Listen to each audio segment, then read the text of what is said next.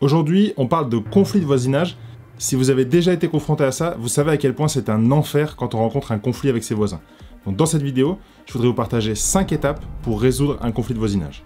Et on commence tout de suite avec la première étape, qui est d'identifier le vrai problème.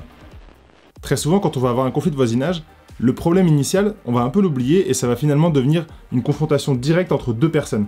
Et plus le problème va s'amplifier, plus on va se détester entre voisins. Même si c'est parfois difficile, c'est très important de prendre le temps de clarifier quel est le vrai problème de voisinage. Quel est le problème que vous rencontrez.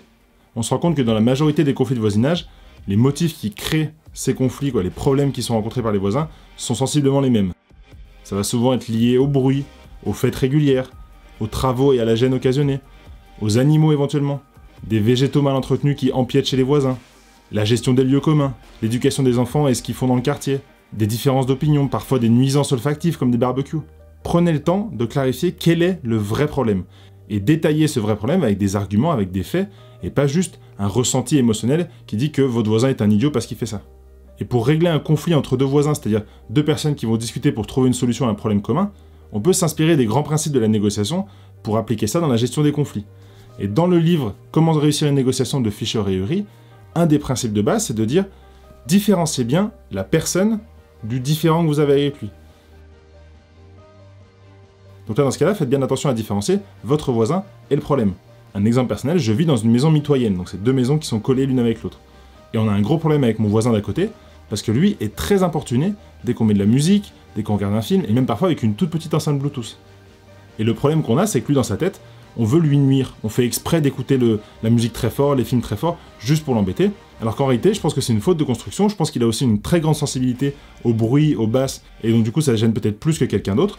Mais en tout cas, dans sa tête, c'est « Fred me veut du mal. Il écoute trop fort la musique. » Alors qu'en vrai, c'est « Il y a Fred, il y a mon voisin, et là, il y a un problème, c'est le son passe trop entre sa maison et ma maison. » Et ensemble, on pourrait résoudre ce problème en faisant des tests, par exemple, entre les maisons de l'un ou l'autre, en réglant les basses sur les systèmes de musique, en calfeutrant éventuellement les enceintes. Bref, il y a plein de solutions à ce problème, sauf que là, le souci, c'est que mon voisin, il me déteste moi personnellement. Il déteste pas le fait qu'on a un problème sur le son. La deuxième étape, c'est de soigner sa communication. Encore une fois, ça va pas être facile, parce que très souvent, les conflits de voisinage, ça amène à beaucoup d'émotionnel et à beaucoup d'animosité dans les échanges avec son voisin, mais vous avez intérêt, pour régler au mieux un problème de voisinage, à rester très courtois dans la communication, et surtout à privilégier le dialogue, et le dialogue le plus tôt possible. Ne laissez pas traîner un conflit de voisinage trop longtemps. Dès que vous vous rendez compte qu'il y a un problème, allez voir votre voisine ou votre voisin et discutez avec lui. Et c'est important de contacter la personne le plus tôt possible, parce que parfois la personne n'a juste pas conscience du problème. Si c'est un problème de bruit entre deux appartements à différents étages d'un immeuble, ça se trouve c'est juste que le parquet grince énormément, et la personne qui vient d'arriver dans l'appart, elle sait pas ça. Si vous allez la voir en disant « Bah écoutez, il y a vraiment un problème, venez dans mon appartement, on fait un test, vous voyez comment ça grince, c'est problématique, est-ce que vous pourriez retirer vos chaussures la nuit ?» Il sera peut-être d'accord. Si vous attendez 6 mois, ça va vous énerver, au bout d'un moment vous allez lui rentrer dedans en disant « Mais c'est pas possible de faire autant de bruit !» Donc privilégiez le dialogue, exposez le problème avec un maximum de courtoisie, et surtout invitez-le à constater les nuisances chez vous. Ça peut permettre une prise de conscience du voisin qui fera plus attention après. Et si vous faites en sorte d'éviter tout ce qui est reproche en utilisant des éléments factuels et en expliquant que oui, tel jour, à telle date, vous avez constaté du bruit, que d'après cette photo, l'arbre empiète sur votre propriété et que du coup il y a un risque pour vos enfants, que depuis 6 mois il fait un barbecue tous les samedis sur son balcon et que du coup ça crée des odeurs dans la chambre de votre petit qui dort juste au-dessus, dans ces cas-là on expose juste des faits et on laisse de côté toute l'animosité.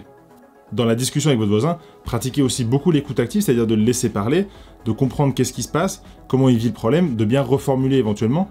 Si je comprends bien, tu as l'impression que je fais exprès de te nuire en mettant le son à fond. Alors que moi, justement, j'écoute le son pas fort du tout, et malgré ça, je reçois des messages d'insultes parce que je regarde la télé. Ça, c'est un exemple qui m'est arrivé avec mon voisin. Essayez de vous mettre à la place de l'autre en disant « Bah écoutez, je comprends aussi, je comprends, si j'étais à votre place, ce serait aussi difficile. Est-ce que vous me communiquez à peu près les heures de sieste de votre bébé pour que oui, je fasse en sorte de pas faire de bruit à ce moment-là? Le but, c'est pas de vous réveiller votre bébé, c'est que moi, je suis musicien, j'ai besoin de faire de la musique, et donc du coup, j'ai besoin de jouer. Et si vous me dites que votre bébé dort, forcément, je vais faire attention. Pensez bien aussi à faire des silences. Si vraiment dans la discussion ça s'échauffe un petit peu, vous pouvez calmer la discussion en disant « Écoutez, malheureusement, j'ai l'impression qu'on est un petit peu bloqué, mais je pense que ce serait vraiment intelligent qu'on arrive à trouver une solution ensemble. » Vous laissez 2-3 secondes de silence, ça va vraiment être très puissant, et ça va peut-être amener l'autre aussi à se calmer un petit peu et à chercher des solutions avec vous. Et enfin, si le ton monte et que ça part vraiment dans les tours, n'hésitez pas à stopper la discussion en disant « Écoutez, je pense que là on ne trouvera pas de solution aujourd'hui, je propose de continuer cette discussion plus tard, peut-être avec une autre personne. » Et pensez bien à la troisième étape, à savoir de documenter les faits. On le dit, les paroles s'envolent, les écrits restent. Donc dès que vous avez des premières discussions avec votre voisin, n'hésitez pas à écrire ce que vous vous êtes dit dans un courrier, et vous envoyez une première lettre en disant « Tel jour, je vous ai fait telle remarque, vous m'avez expliqué ça, voilà les conclusions dont on est arrivé, et on s'est engagé pour que la prochaine étape ce soit ça ».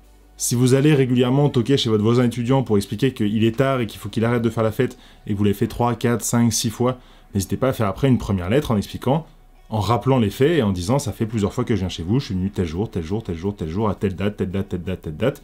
Malheureusement, ça n'a rien changé. Je vous demande officiellement, par écrit, de calmer un petit peu les fêtes étudiantes que vous faites pour éviter les nuisances avec votre voisinage. » Pensez bien dans ces courriers à décrire le plus factuellement possible les nuisances que vous vivez. Est-ce que c'est une perte d'ensoleillement parce qu'il y a un arbre qui n'est pas coupé? Est-ce que c'est des odeurs? Est-ce que c'est du bruit? Est-ce que c'est de la poussière à cause des travaux? Si ça continue comme ça, que la situation ne change pas et que votre lettre reste sans réponse, vous pourrez ensuite faire un courrier avec un accusé de réception, dans lequel vous mettrez votre voisin en demeure d'arrêter ces nuisances. Ça pourra vous servir après pour la 5e étape si potentiellement ça bloque complètement. Mais avant ça, 4e étape, demandez une aide extérieure. Comme je vous l'ai dit, très souvent, on oublie le problème dans un conflit de voisinage. Le problème n'est plus le centre de la discussion, et ça devient un vrai combat entre deux personnes, et donc du coup le fait d'avoir une aide extérieure, quelqu'un de neutre, qui vient regarder la situation, qui vient constater éventuellement les nuisances sonores ou les nuisances olfactives, et qui pourra dire de façon neutre « Ah oui, effectivement, on entend beaucoup le bruit de ça », ça peut permettre que tout le monde valide la situation et donc de trouver une solution plus facilement.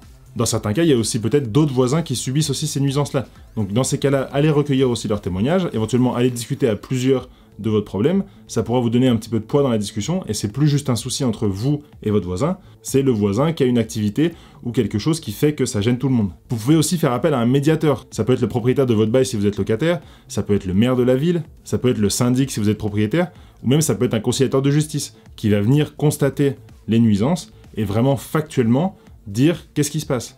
Dans mon cas par exemple, je pense que si je fais venir quelqu'un de l'extérieur, personne ne sera choqué du bruit, parce qu'en vrai, il n'y a pas beaucoup de bruit. Mon voisin est très sensible au son, et malheureusement, avec la construction des maisons, peut-être que oui, il y a des basses qui passent, et que ça gêne beaucoup.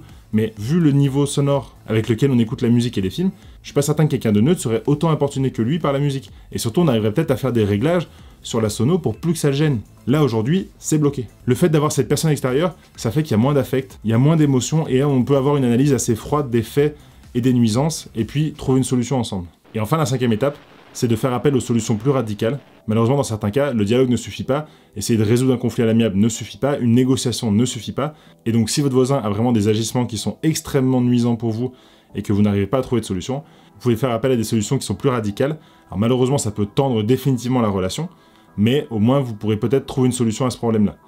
Donc vous pouvez contacter le propriétaire du bail du locataire en question, en disant que son locataire exagère et en lui demandant de prendre des mesures. Et vous pouvez aussi contacter les forces de l'ordre, la police, la gendarmerie, ou bien un huissier de justice qui viendra constater les faits.